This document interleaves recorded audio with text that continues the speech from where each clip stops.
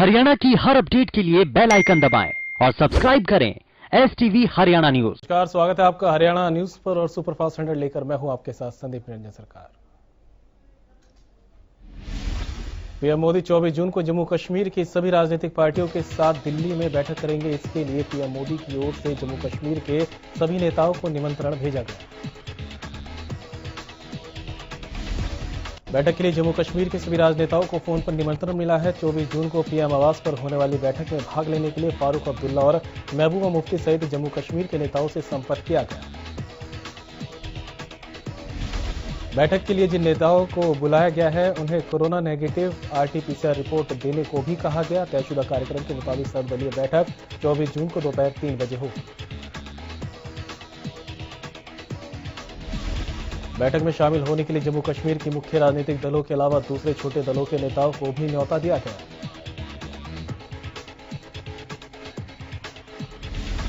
सातवें अंतर्राष्ट्रीय योग दिवस पर 21 जून को प्रधानमंत्री नरेंद्र मोदी प्रमुख कार्यक्रम को संबोधित करेंगे। कोरोना महामारी की वजह से प्रमुख आयोजन एक टेलीविजन कार्यक्रम होगा।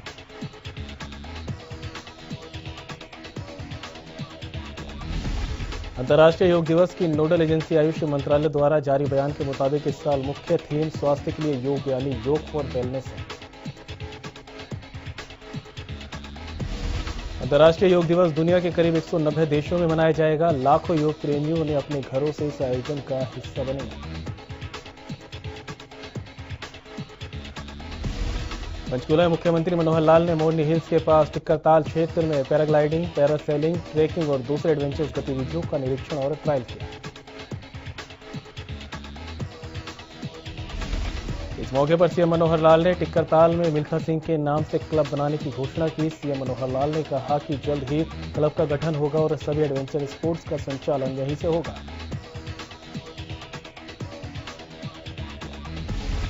उन्होंने बताया कि शिवालिक की पहाड़ियों के बीच बसे पंचकूला को पर्यटन केंद्र के रूप में विकसित किया जा रहा है। पंचकूला के आसपास के क्षेत्र में ऐसा स्थान होगा जहां इस तरह के एडवेंचर खेलों की शुरुआत होगी।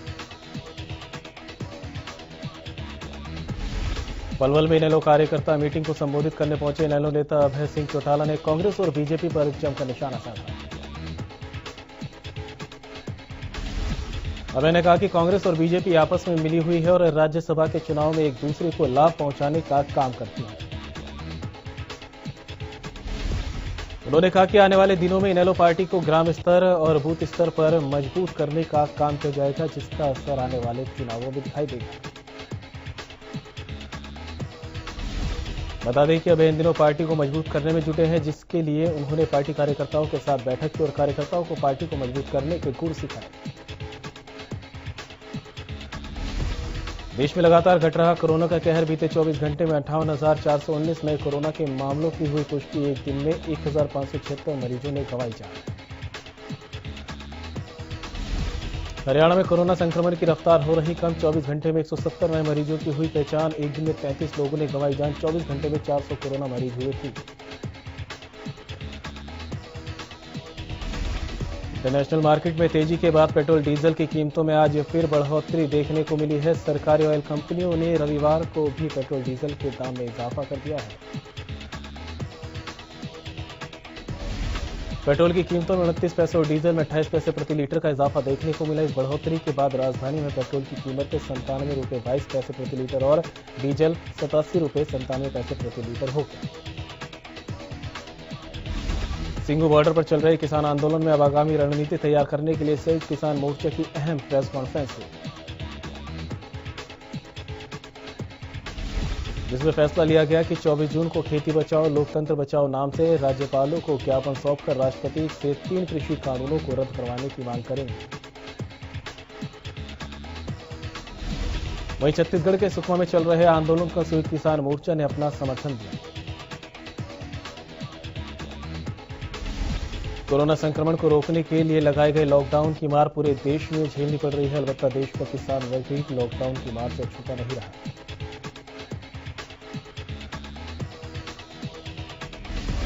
प्रदेश में फूलों की खेती करने वाले किसानों को लॉकडाउन का सबसे ज्यादा खामियाजा भुगतना पड़ रहा है। फूलों को उचित दाम न मिलने से फूलों की खेती करने वाले हजारों किसानों को 200 करोड़ से ज्यादा का आर्थिक नुकसान हुआ। लॉकडाउन की वजह से फूलों की डिमांड नहीं है क्योंकि मंदिरों में होने वाले कार्यक्रम और शादियों में पहले जैसी रौनक नहीं रही।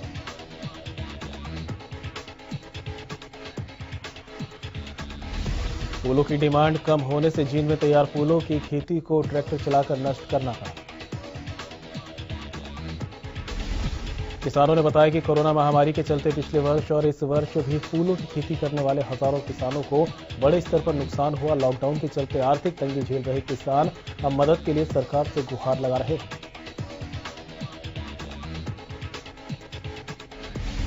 गोहाना पुलिस ने दिल्ली पुलिस में नौकरी लगवाने का झांसा देकर लाखों की ठगी करने वाले शख्स को गिरफ्तार कर लिया है।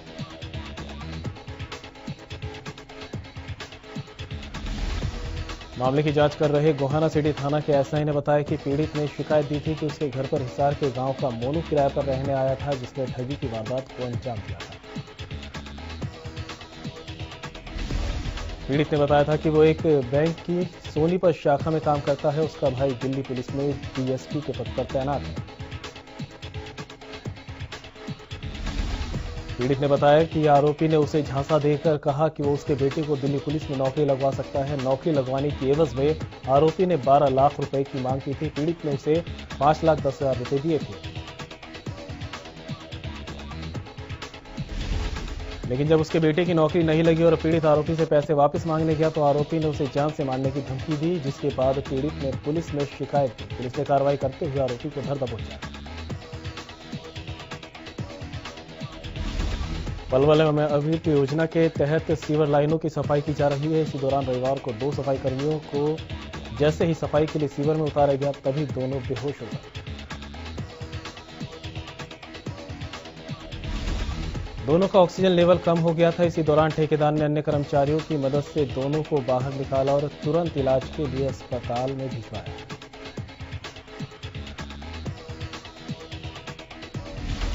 फिलहाल दोनों कर्मचारियों की हालत में काफी सुधार है, लेकिन जिस तरह से सीवर साफ करने वाले सफाई कर्मचारियों को जान का खतरा बना रहता है वो एक गंभीर विषय है जिसका हल जरूरी है। नागल चौधरी में नागल कालिया के नजदीक एक हादसा हो गया, जिसमें एक बाइक सवार की बाइक सड़क किनारे डिवाइडर से टकरा गई। युवक हेलमेट नहीं पहने हुए था, इसलिए हादसे में उसकी मौत मौके पर ही हो गई। मामले में पुलिस ने तफ्तीश कर मृतक के परिजनों को सूचना दी। फिलहाल मृतक का शव पोस्टमार्टम के लिए भेज दिया गया है। कोरोना वैक्सीन ज्यादा से ज्यादा लोग लगवा सके, इसके लिए सरकार लगातार प्रयास कर रही है। वहीं दूसरी ओर अब ज्यादा से ज्यादा लोग वैक्सीन लगवा सके, इसके लिए रेस्टोरेंट और बार में भी अब डिस्काउंट की स्कीम लागू कर दी है। गुरुग्राम के सेक्टर 29 स्थित कई बार और रेस्टोरेंट में कोरोना की वैक्सीन लगवाने वाले लोगों को 50% तक का डिस्काउंट दिया जा रहा है, ताकि ज्यादा से ज्यादा लोग वैक्सीन लगवा सकें।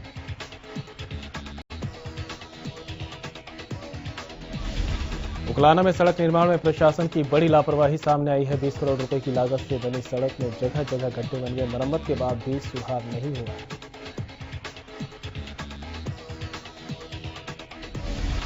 सोनीपत के गुणा गांव में सोलर स्ट्रीट लाइट गबन मामले में 2 महीने बाद भी कोई कार्रवाई नहीं हुई। कार्रवाई नहीं होने से ग्रामीणों में भारी रोष है। बीडीपीओ पर मिलीभगत के आरोप लगे हैं।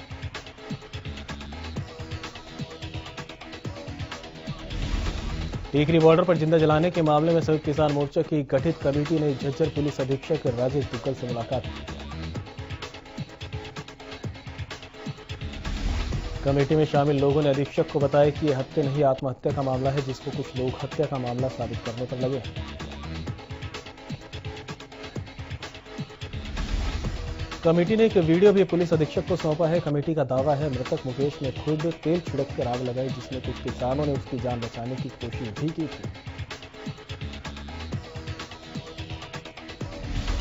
कमेटी ने गिरफ्तार किए गए किसानों को बेकसूर बता और उन्हें जल्द रिहा करने की मांग की। उधर पुलिस अधीक्षक ने मामले की जांच गंभीरता से करने का आश्वासन दिया है।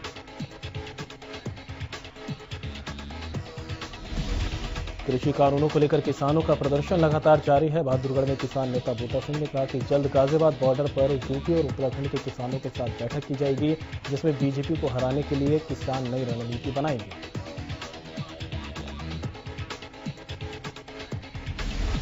प्रदेश में किसानों द्वारा बीजेपी जेजेपी के कार्यक्रमों का विरोध लगातार बढ़ता जा रहा है। आदित्य कॉलोनी में बीजेपी कार्यकर्ताओं और नेताओं की बैठक में सिरसा जिला प्रभारी को विशेष रूप से पहुंचना था। लेकिन बैठक की सूचना मिलने के बाद भारतीय किसान एकता से संबंधित किसानों ने मौके पर पहुंचकर बैठक का विरोध किया। इस दौरान किसानों ने हाथों में काले झंडे लेकर बीजेपी के खिलाफ जमकर नारेबाजी की। हालांकि सुरक्षा की दृष्टि से मौके पर पहुंचे पुलिस बल को भी वहां तैनात किया गया। किसानों ने कहा कि बीजेपी जेजेपी के कार्यक्रमों का विरोध लगातार ऐसे ही जारी रहेगा।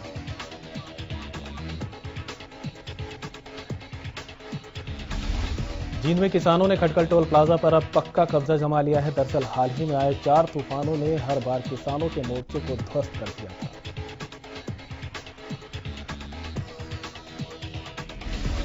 लेकिन अब की बार किसानों ने जमीन में 3 फीट गहराई तक लोहे की पाइप और जींद पटियाला दिल्ली सड़क के बीचों बीच ईंटों से पक्का मोर्चा तैयार कर दिया। किसानों ने कहा कि सरकार के साथ साथ अब भगवान को भी परीक्षा देने के लिए किसान तैयार है। कोरोना संक्रमण कम होने के बाद एक बार फिर किसान संगठनों ने कृषि कानूनों को लेकर आंदोलन तेज करना शुरू कर दिया।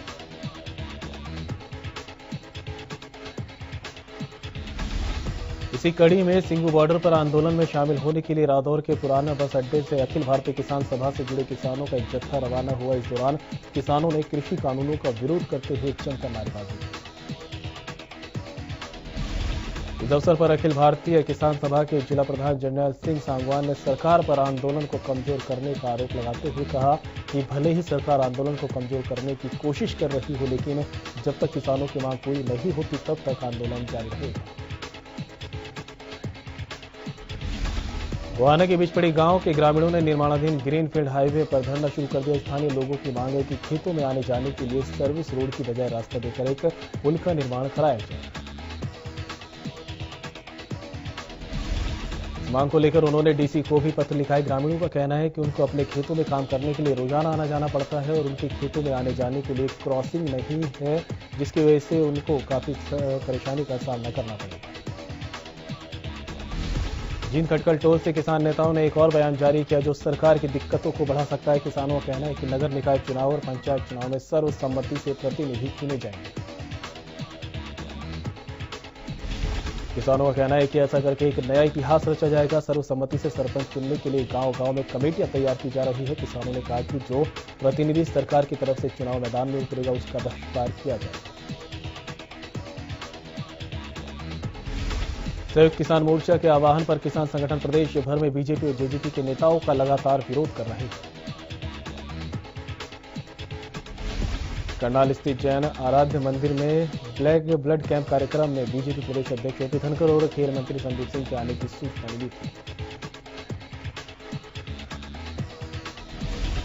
इसके बाद बड़ी संख्या में किसान वहां विरोध करने पहुंचे हुए और सरकार के खिलाफ नारेबाजी शुरू कर दी।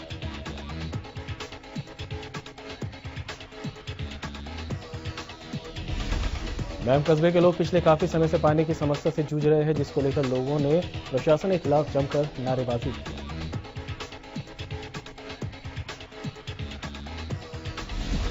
स्थानीय निवासी कई बार प्रशासन से शिकायत कर चुके हैं, बावजूद इसके लोगों की समस्या की जस की तस बनी हुई है।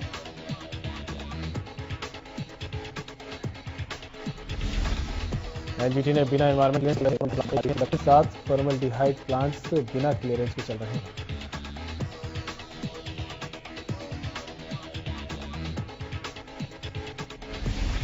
15 दिन पहले मामला पोल्यूशन कंट्रोल बोर्ड के संज्ञान में लाया गया था, जिसके बाद पोल्यूशन कंट्रोल बोर्ड ने कहा था कि इन फैक्ट्रियों को सील कर दिया गया है और इनके बिजली कनेक्शन काटने के आदेश दे दिए गए।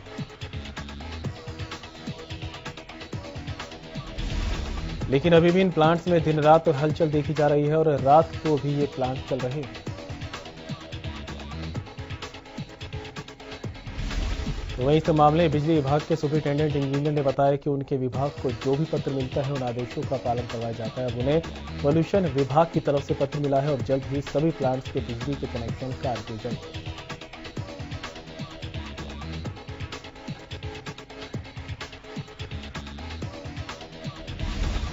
रेवाड़ी के बाल भवन में कष्ट निवारण समिति की बैठक हुई। बैठक में सामाजिक न्याय एवं अधिकारिता मंत्री ओपी यादव के सामने लोगों ने अपनी परेशानियों को रखा।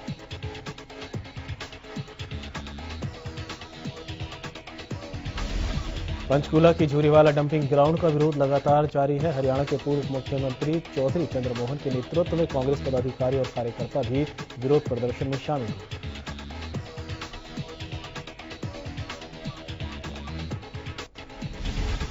घग्गर नदी पार के सेक्टरों के लोग सैकड़ों की संख्या में प्रदर्शन में शामिल हुए, जिसको लेकर मौके पर भारी पुलिस बल तैनात रहा।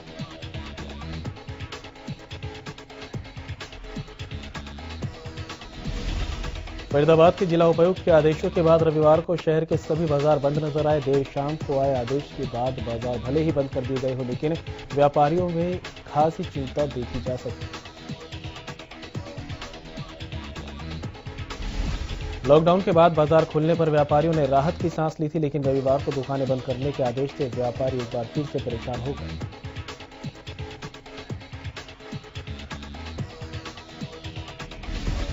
व्यापारियों का कहना है कि लोगों की रविवार को छुट्टी होती है तो वे बाजार से सामान खरीदने आते हैं, लेकिन रविवार को ही बाजार बंद करने के आदेश के बाद न तो रविवार को बाजार खुले, न ही कोई ग्राहक बाजार में पहुंचा।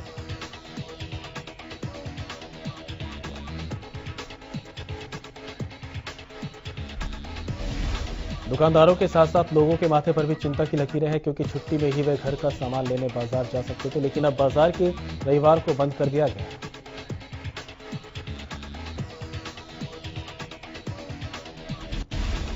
पलवल में हरियाणा पुलिस के एक कर्मचारी पर महिला के साथ शादी का झांसा देकर रेप का मामला सामने आया है।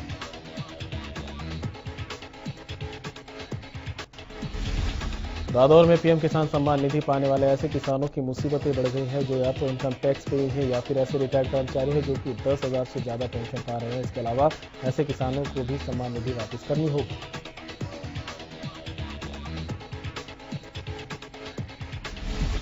पलवल पुलिस ने फर्जी नियुक्ति पत्र जारी कर पैसे हड़पने के मामले में 2 आरोपियों को दिल्ली से गिरफ्तार किया है। ये कार्रवाई मीसा गांव के रहने वाले उमेश कुमार की शिकायत पर की गई।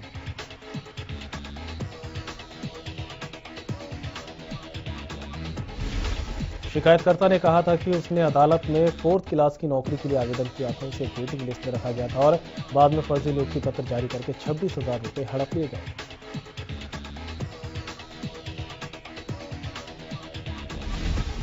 जिस पर कार्रवाई करते हुए पुलिस ने इस मामले में मुख्य आरोपी अर्जुन टाक को दिल्ली के मंडावली से गिरफ्तार किया, जिसकी पूछताछ के बाद उसके सहयोगी विनोद कुमार को दिल्ली के ही लक्ष्मीनगर से गिरफ्तार किया गया।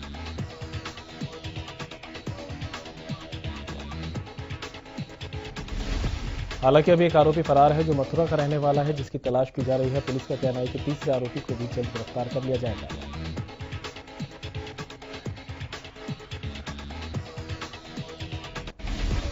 कुरुक्षेत्र में भारतीय महिला हॉकी टीम कप्तान रानी रामपाल के घर पर खुशी का माहौल है। दरअसल ओलंपिक में भाग लेने की पक्की दावेदारी पर परिवार में खुशी की लहर है।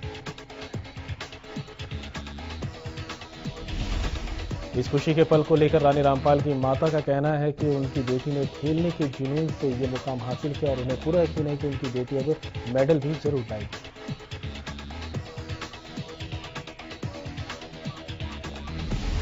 वहीं रानी के पिता ने भी दुनिया के लोगों को संदेश देते हुए कहा कि लड़कियों को लड़कों से कम आंकने की भूल कभी ना करें।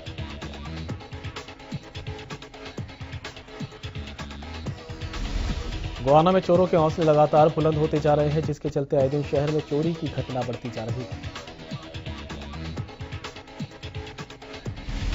ताजा मामला वार्ड 19 के राशन डिपो पर देखने को मिला। वारदात के दौरान चोरों ने डिपो का ताला तोड़कर हजारों रुपए का राशन और नकदी लूट ली।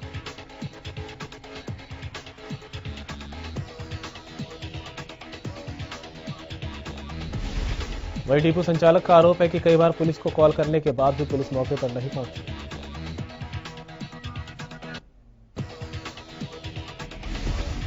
अब तो यह है कि 3 साल में इन डिपो में ये चौथी घटना हुई है और पुलिस अभी भी इसकी तफ्तीश गहराई से नहीं कर रही है।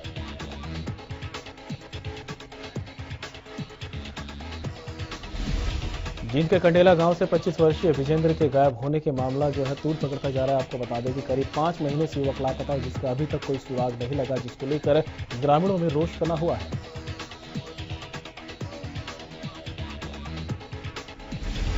गुस्साए ग्रामीणों ने हाईवे जाम करने का ऐलान किया था, जिसके चलते प्रशासनिक अधिकारी कंडेला गांव पहुंचे और एक कमेटी का गठन किया।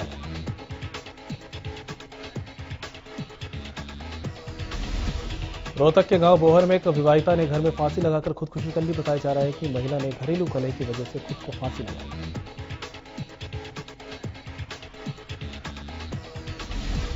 झज्जर के बरहाना गांव की प्रीति की शादी 3 साल पहले रोहतक के बोहर गांव के रहने वाले रवि के साथ हुई थी और इनकी एक 1.5 माह की बच्ची भी है। महिला का पति सेना में कार्यरत है और वो छुट्टियों में घर आया हुआ था।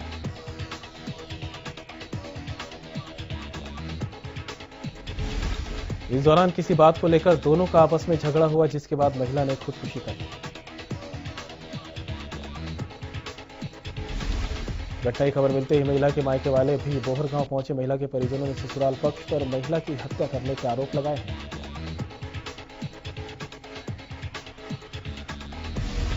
इस दौरान ससुराल और मायके पक्ष के बीच तनाव की स्थिति पैदा हो गई, लेकिन पुलिस ने बीच बचाव करते हुए मामले को शांत कराया। बहरहाल पुलिस ने मामला दर्ज करते हुए जांच शुरू कर दी। प्रदेश में अपराध के मामले थमने का नाम नहीं ले रहे। सोनीपत में गोली मारकर युवक की हत्या का मामला सामने आया। बयारपुर बैनर की पटरी पर युवक का शव मिला। शव को कब्जे में लेकर पुलिस जांच में जुट गई है। शिवानी मंडी के निजी अस्पताल में डिलीवरी के दौरान महिला और बच्चे की मौत के बाद परिजनों में काफी गुस्सा है।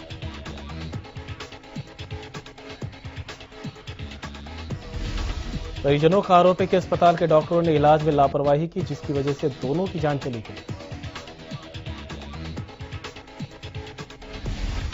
मामले की सूचना मिलने पर पहुंचे पुलिस अधिकारी का कहना है कि गर्भवती महिला को डिलीवरी के लिए निजी अस्पताल में भर्ती करवाया गया था, जहां महिला और बच्चे की मौत हो गई। बहरहाल पुलिस ने मामला दर्ज करते हुए आगे की जांच शुरू कर दी है। भिवानी में नहर में डूबने से बच्चों की मौत हो गई। हादसा उस वक्त हुआ जब बच्चा नहर में नहाने के लिए उतरा था और तेज बहाव की वजह से बह गया। मृतक बच्चा मिताथल गांव का रहने वाला था, जो अपने पिता के साथ आया था। हादसे के बाद बच्चे की तलाश शुरू की गई, लेकिन नहर में पानी ज्यादा होने की वजह से 24 घंटे बाद भी बच्चे का शव बरामद किया गया। उधर नहर में होने वाले हादसों को देखते हुए पुलिस प्रशासन के अधिकारियों ने माता पिता से अपील की है कि वो इस तरह के हादसों से बचने के लिए सतर्क रहें।